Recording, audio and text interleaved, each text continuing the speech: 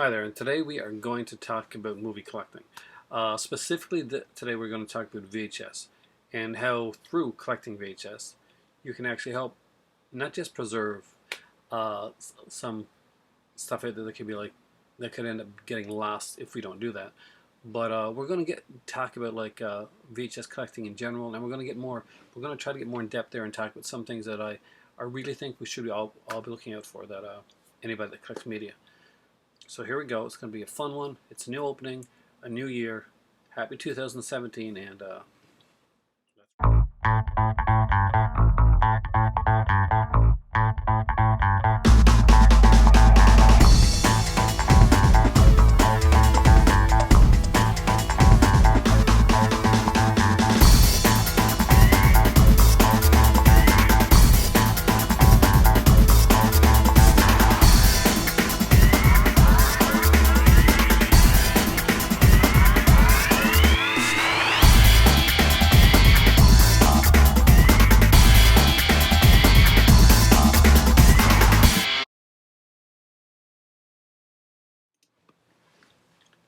hey there. So earlier this year, I was out looking. I was pretty much just what you call, I guess, yard selling.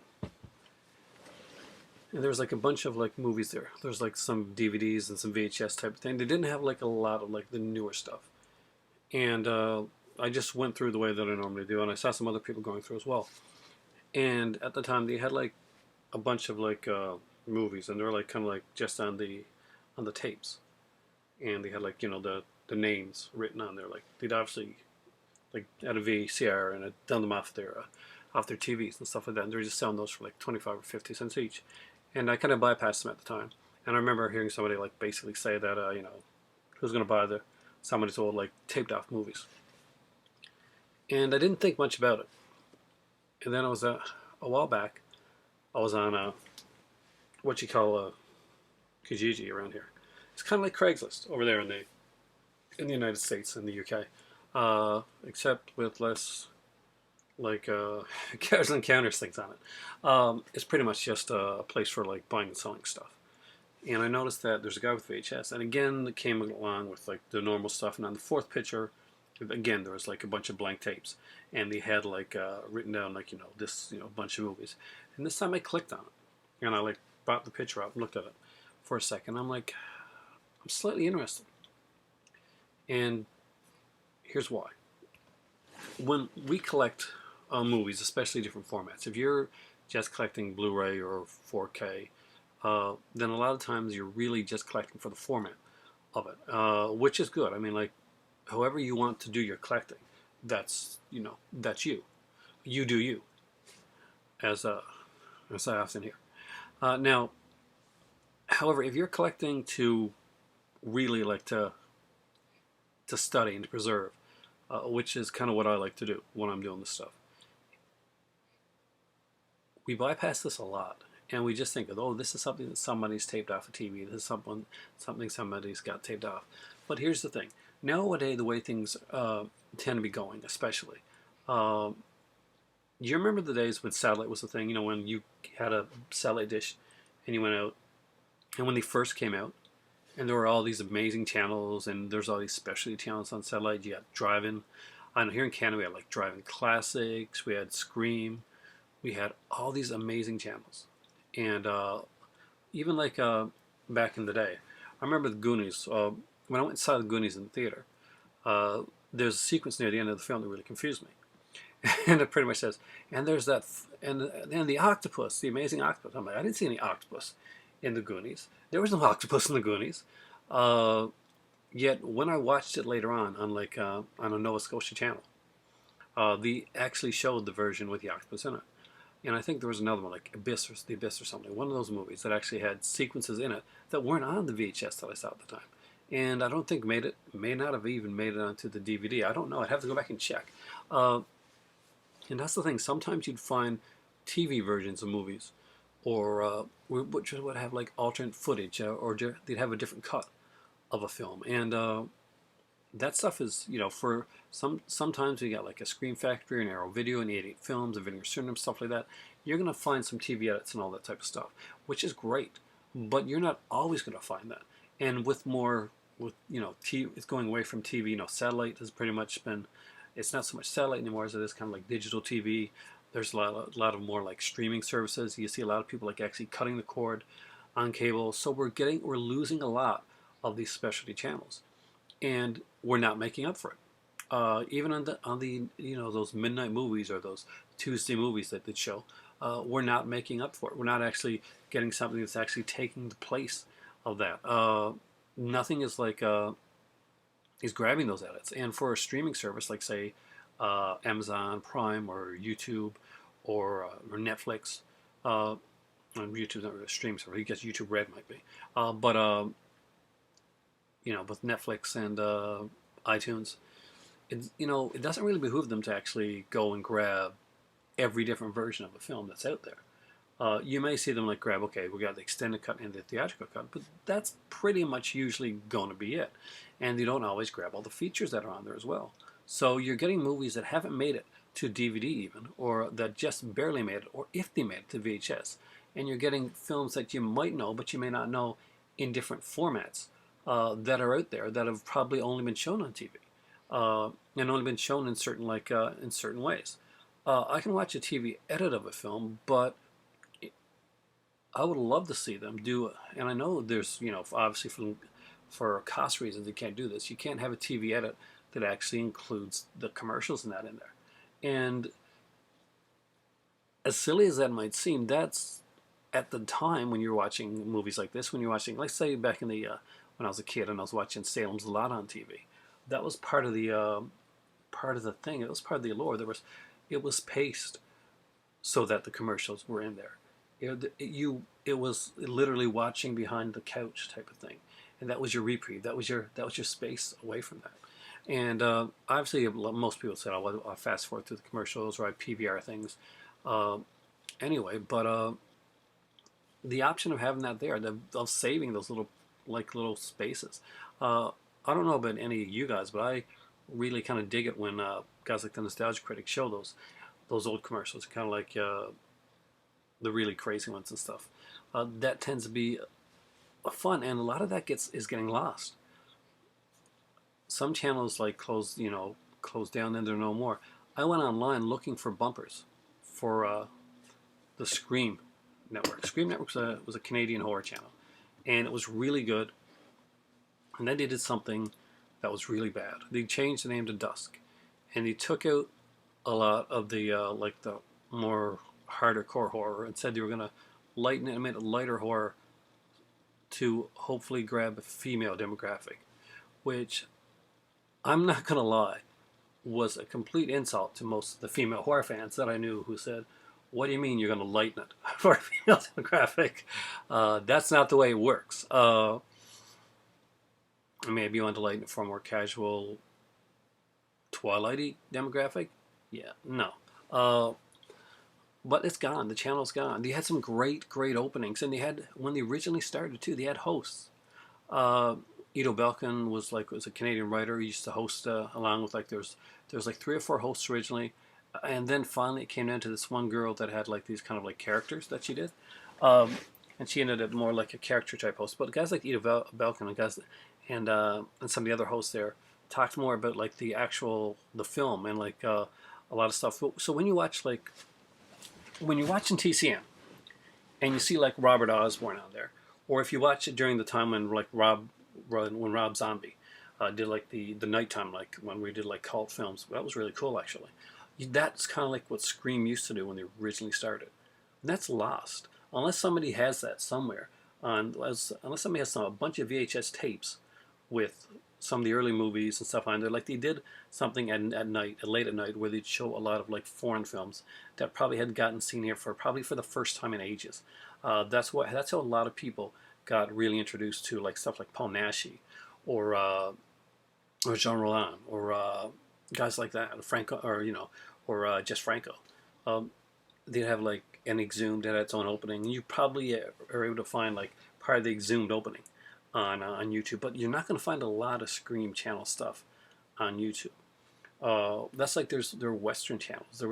There's drive-in channels. They had some great stuff. Some stuff that these bumpers in between and some amazing stuff with facts and little like half-hour shows. Scream had their own half-hour programming. And even the people on YouTube, they actually got it from VHS. Yeah, sure. The people that on YouTube actually got it from VHS. But here's the thing: it's not there anymore. That's the thing. If you go looking for Scream channel, you're not going to find it. I went looking for it. It's not there.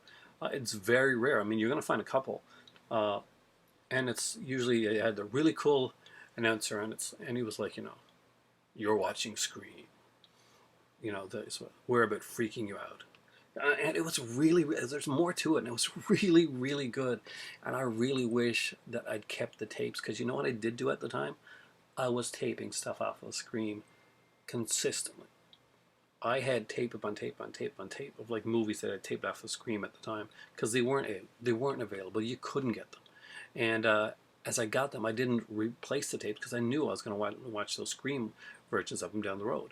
Unfortunately, I moved to Ottawa and got rid of a lot of my movies at the time, and a lot of my old tapes. So I no longer had those with Scream on it. And when Matt like started watching horror, he started watching it through Scream. And this Scream is just one example, by the way. But he started watching. He would get up, get ready for school, and he was going to like he was in grade 7. I was so small, but he was going to like the advanced school. So he had to be bused farther. And he'd get up early in the morning, and he'd watch like usually they had like a Nightmare on Elm Street type movie on there, and and this is how we got into these horror films. Like aside from watching with his dad, he'd get up and he'd watch Nightmare on Elm Street, and just some really cool stuff. Driving Classic was another one. There was a channel called Sex TV, which had a lot of really cool exploitation movies, but also had a lot of really cool shows on there as well. As you guys know, I'm a really big fan of exploitation cinema, and I tried to like get as much of that in my collection as possible, because when it comes down to it, I grew up in the '80s, and that was a huge kind of deal. It was discovered. We're going to talk about collecting, and this is the thing you can do. You can collect VHS, and when you're collecting, don't just go for the okay, this is a big box, this is a diamond, this is a horror thriller video. That's great. All those are great. I don't have any of horror thriller videos up. Anybody wants to send some my way, do so. I'm accepting donations. I'm putting that out there. My channel is accepting movie donations of any kind. So hit me up if there's movies you don't like, if there's exploitation things you don't like, if there's VHS, DVD, Blu-ray, Laserdisc, feel free to send them my way, because I love that stuff, and they will go to a good home, and I will take care of them, and I will catalog them, because I want to make sure that this stuff stays. And I hope you guys are doing this. So if you're collecting VHS, please don't bypass those ones with the blank with the writing on it. Those may be the golden ones. Those may be the special ones. They may have versions of films that aren't available anywhere else. This is how people find stuff. This is how shows like Doctor Who find their episodes that have been lost for years. There's so much that could be on there. They could have two movies listed on there, but you know what? You could turn it on. You could put it in. You could have something completely different. At the end of the movie itself, there may be a completely different film on there. There may be an episode of a TV series that's never been put on DVD or VHS. Remember Freddy's Nightmares? How do people get that? They get that basically through. There was 2 episodes on the Nightmare on Elm Street box set. 4 episodes really came out on VHS, and aside from that, well, bootleggers galore for that one when you go to like a convention. Because you're not going to get it on DVD. There's no release out there. Star Wars Holiday Special has no release. Can you imagine like getting a tape and putting it in and seeing somebody that's actually taped off the original Star Wars Holiday Special? That'd be freaking awesome. And I don't mean like just taped it off of but taped it off when it came on. Which is, it's harder because this is early days of VHS. So, but still, Freddy's Nightmares wasn't. VHS was strongly in households then. Soap operas that have gone off the air right now, not a lot of people, aside from me, probably care about that. But that's a genre that's not cataloged. That's a genre that you don't see. SoapNet has gone off the air. There is no longer a soap opera channel to deal with that. And unless you want to see some Spanish or Italian dubs of your soap opera on YouTube, because that's what you get, your best bet of finding stuff like that is on these here tapes that, just the name on there. And that's a really cool thing. That is a brand new aspect that you can collect into. And it's like, it's digging for gold. You don't know what you're going to find. And you've got with these with these blank tapes with the names written on them, you don't know. There could be like 2 or 3 movies on it. Somebody could have their sex tape on there, and you could be watching somebody's sex tape. Don't put it out there, but hey, for the voyeurs out there, there's an awesome thing. That's a thing. So if I have one out there, please send it back. I don't, but no, I actually don't. I'm very boring that way. But no, but seriously though, guys, it's a total new aspect to collecting that I really just thought about in the last couple of days. That really, when I was there doing the yard sale thing, I didn't really pay much attention to it. And then it came back. And then for the last couple of days, that's been stuck in my head. And I was talking to my better half, to Hind, the off-camera voice that you hear. A lot of people say, when is she going to be on camera? She doesn't like being on camera. But so you guys could get something out there. There are pictures in my opening. So there you go. Now if you watch my early videos anyway, there's pictures right from like the videos way back in about 5 years ago when I was on here. So but now there's new updated pictures from London. I love London. But that's just one aspect of VHS. There are so many different things that you can find, and it's fun because the way that they're done. At the time there was like a lot of different ones. James Bond was excellent to collect on VHS. There were so many different versions. Like the last one was pretty standardized, but there was like the bigger James Bond box sets. There was one that opened up. Remember those that opened up? They had like different ones with. I like to have something in the background. That's like actually early videos that I did that are showing right there. That's how I got the idea to redo my opening, with new music and everything. Basically, I saw the opening there. I'm like, oh, I like that opening slightly better than the one that I did before. I kind of like a slower jazzy music, and I realized I did another jazzy type intro in the last couple years. So this one here was kind of a bit more up tempo. Get you excited about hopefully not just listening to me, but like collecting and like doing a lot of this stuff, because this is my passion. This is where I want to bring you guys when it comes to these videos, to actually dive into like aspects of this that I haven't thought about before, maybe that you haven't thought about, that we can actually soundboard off of each other and get ideas. This was like a cool brain explosion for me to think, how come I haven't thought about this? I collect. I try and preserve. I try and find as much as I possibly can, like weird, strange, unusual stuff as well. And this is an aspect that I didn't really think about. That can actually add a bit of excitement, a different type of excitement to my collecting that I hadn't thought about before. And I do have a VCR. I have it upstairs with a CRT TV because you need one, I think, for a VCR. You really do. And so if you have a VCR and like an old CRT, like that's a tube TV. He's like, you really need me to explain that. But anyway, in the old days, we had TVs that weren't flat screens when dinosaurs walked the earth, and I use that for my VCR, and to get probably the best quality off of my Laserdisc, I could probably use it for that as well. Right now, I got my Laserdisc plugged into my flat screen that I got upstairs in my bedroom. It's an old flat screen TV. If it got any older, it'd be plasma. But actually, I would like that. Would you like a plasma? One of those big, hefty, 200-pound plasma TVs. Remember those? With the back's like, oh, it's flat, and it was like the sheet show. Oh man.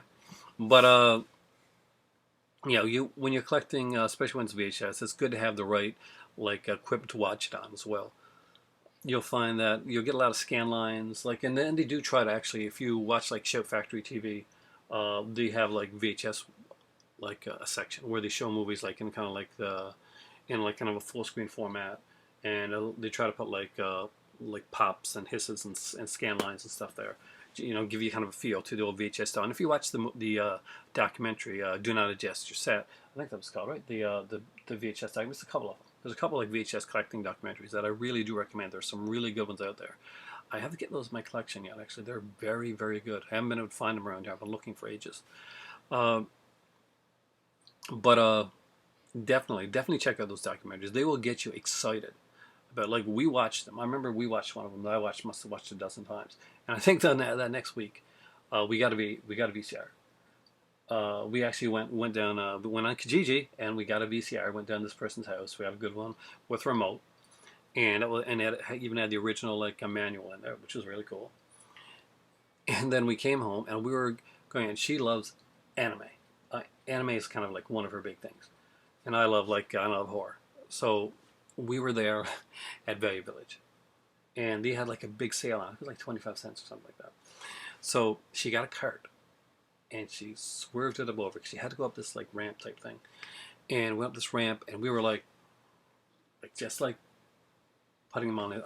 See, we put them in a box in the basement, and the basement flooded. So I'm not sure if they're still safe or not. It'll all depend on if things got inside that container, which should have been closed, but you never know. So one of these days we're going to go down and check and see if those things are actually still good. I would like to sometime, if they are good, find a shelving unit, which I would probably have up where we have our gym at, and find like a way to. She's like, where are you going to put them at? There's no other space. We've got like a desk and an elliptical. I could find space. I'm I could have it like set it up like from there's a way. Anyway, sorry about that. But yeah, but anyway, I like to find a way to at least preserve as many of them as I can. I do have a couple like down there, like a couple like Marvel kind of superheroes, big box ones that I've been looking for a long time. I was really excited once I found them. They had kind of like the comic book logo. Marvel used to have like this thing on every comic. There would be a little box that would have the superhero, like and each comic had their own like Captain America would have one where it'd be kind of like with the shield like this, and there'd be like one for Spider-Man. There'd be a different one for Spectacular Spider-Man, and they're up there for quite a while. They were like what you look for to know which comic book, because sometimes back in the day, you'd have a bunch at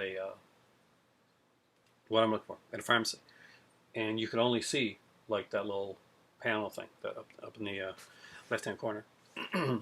So and the VHS actually kind of did that. They kind of like put them up the corner again. It was really cool. Anyway, that's the geeky side, but it's fun. I mean, it's really fun to collect VHS. I know a lot of you guys, there's the 4K out there, and you got your Blu-ray and you got your DVD, but it's really fun to actually collect some of the stuff. Some of the stuff isn't available, and that's the joy of it, is to finding something that nobody has, that isn't out, and even if it does come out, you're like, I got the original.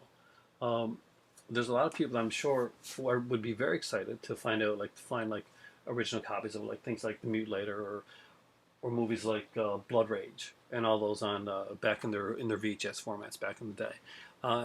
Think of those movies that before they came out, those movies that you were waiting for to come out for ages, and still the movies that haven't come out, because there's a lot of movies that they just haven't released, and that's what I'm excited about. That's what excites me when it comes to VHS. I don't do a lot of VHS collecting now because I just really, honestly, don't have a lot of the room for it. Now, if I do find something that's rare out there, of course, I'll grab that. And if I'd seen something like I just mentioned, like some of those blank ones with somebody with the tape down for really cheap, I'd probably grab something like that, because I can put it into my VCR, see exactly what's on it, see if anything's there needs to be kept and cataloged, see if anything, and that I can maybe actually transfer over to to a CD or DVD, just so that I can make sure that it's kept. And yeah, that's the exciting part of it. That's the excitement of it. We know when we go to the store, it's fantastic when there's a new sale coming out from a different company, and we get ready and we get our list. Well, I do my lists up, and as she knows, when it came to the Vinegar Syndrome sale recently, Now, there's a company that saves a lot of stuff that was just relegated to VHS. Vinegar Syndrome's really good with that, with showing stuff that people would never think about saving, showing like adult movies that people like that I grew up with because I watched a lot of adult movies growing up because we had a store near where I lived, and it was like you had movies section, and then there was this little room, and it didn't really have a door on it. It had kind of like a curtain type of thing, but it was like the adult section, and I was like maybe like 13 or 14, I guess, and but they had a very cool store owner who let me rent a lot of that stuff, especially in the summertime. And I was just like, and there's just be like, you just be watching these films, like it's amazing. And they had stories back then. I mean, like, um, I'd find these ones with like stories, and I find like these really good actors, like Jamie Gillis. I thought was a really good actor. John Leslie, I thought was pretty cool. I remember guys like Joy Silvera, and I remember seeing Tracy Lord's movies back then because that was before uh, before it came out. The Tracy Lord was, I guess, underage when she was doing a lot of these films. So I was actually literally watching somebody that was my age in one of those movies and not even knowing it. Well, close to my age. So that was kind of a different. Of course, those all got taken off the shelf, and those were no more because, well, it's child pornography all of a sudden. Nobody knew it, so I don't. Nobody was complicitly saying, "Wow, this is," But still, it was it had to go. She only made one film afterwards, after she became of age, of an adult film, which she marketed herself under her own logo and her own company, and then she went out of the industry, out of that business. So just before it came out that that she had actually been in films before she was of age, it leaked out. It leaked out, and just at that time, it was an amazing coincidence that Tracy Lords had gotten her own company to make one last movie before she. Yeah, there's wonderment about that. If she did, she's a genius. Kudos. That is awesome marketing. You rock. Uh, but no, back to the VHS. It's fun. The covers are a lot more fun than a lot of the DVD stuff that you'd see later on. Remember those head covers? Like right after the movie Scream came out, we got a lot of these covers were really boring, but just with like 5 heads. It's like, we're not even going to make a poster, just like splatter some heads there. Uh, Basically headshot posters. I really hated those, but there were really, really cool things done in the days of VHS. And I remember like the early Anchor Bays, you'd get them, like get clamshell case ones, and you could actually take out the because if you got some VHS, just go to them, and you take them out, and on the other side of a lot of them there was like a writing. This was like the first, the start of like all the writing in these things. Like there was like articles, stories on the movie that you just got. And I remember standing in line for a big 2-disc VHS of Halloween, and I was really excited. It was finally Halloween was one of my favorite movies.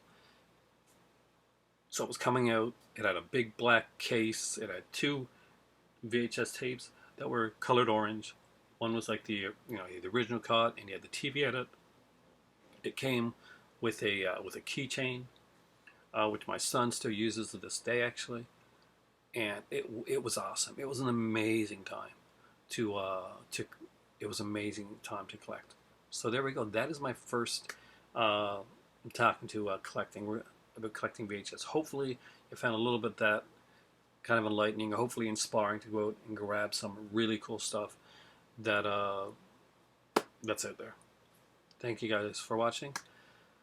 I am exhausted from that, to be totally honest with you, and it's really hot here, so I'm going to take off my shirt and have some tea. So yeah, it really is time for tea. Thanks a lot. Go out there and start mining VHS, and who knows, you could strike gold. And if you do, or if you guys have found something like this, if you have a story where you have found rare VHS, or you've gotten a tape where a bunch were taped off and realized something like kind of really rare and cool is on, let me know. And let everybody know in the comment section down below. Right down there. like, share, subscribe, and I'll see you guys later.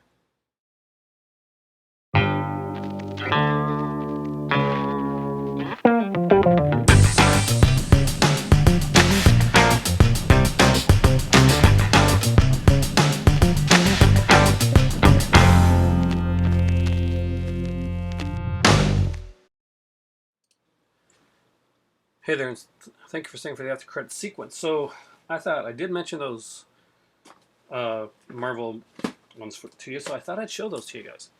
So if you saved for bonus points, so I have one here, and you can see what I mean about the character up there. So this is the Submariner one. So we got Atlantis under attack. So as you can see, the covers are really nicely done. It also has X-Men and Thor. So join forces with Marvel's what the heck does that say? Marvel's Mighty Namor. So one of these has X-Men, have the X-Men and the Thor in it. So that's kind of cool. So we have like Atlantis under attack and Doctor Doomsday. So as you can see, this one's still sealed. Also have like one there that isn't. It's a Gold Star video release, and this is Captain America. So people probably know this with the theme song. Remember that? When Captain America throws his mighty shield. I'm not even going to try and sing it, but this was only 30 minutes long actually. So find it there. It's got the whole Gold Star logo on there, and as you can see, it's an EP tape. An EP tape would be like a extended play. They're usually like shorter, like amounts, like so pretty much a short amount of tape on there. I've got this one is opened. The Amazing Spider-Man, the origin of Spider-Man, and plus the Kilowatt Caper. So there you go. Two. This is the bigger box ones. Kilowatt Caper, of course, has the original and my favorite Electro. Dun, dun, dun, dun, dun, dun, dun, dun, dun. If you watch the Lost Heroes documentary about Canadian superheroes, it's on iTunes. Actually, I think it's the only place I can find it right now.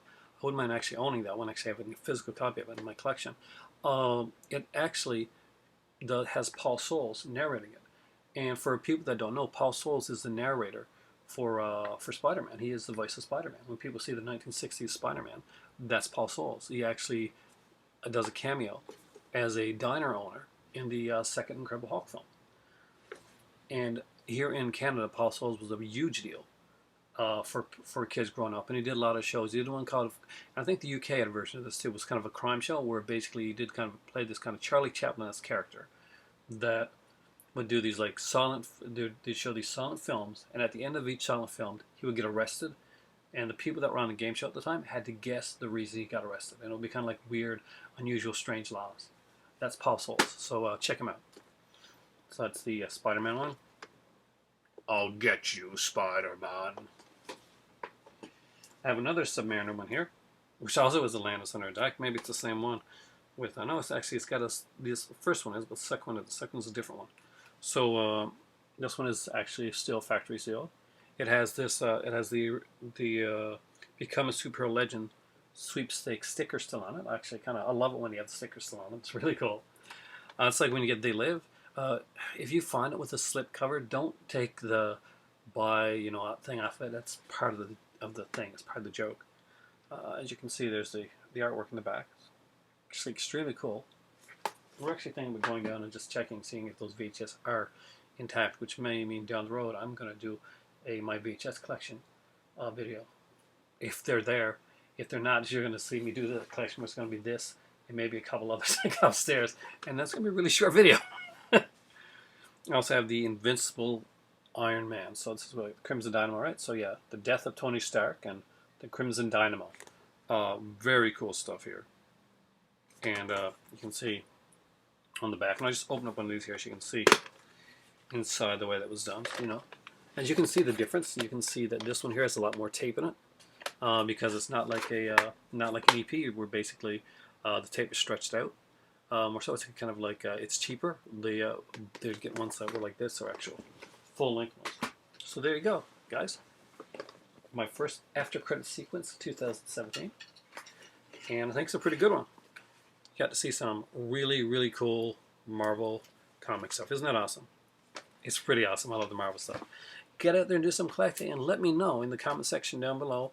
Or you can message me and tell me what some of your favorite buys have been through VHS that you found over the years. Ones that you really didn't think you were going to get, and then you got them.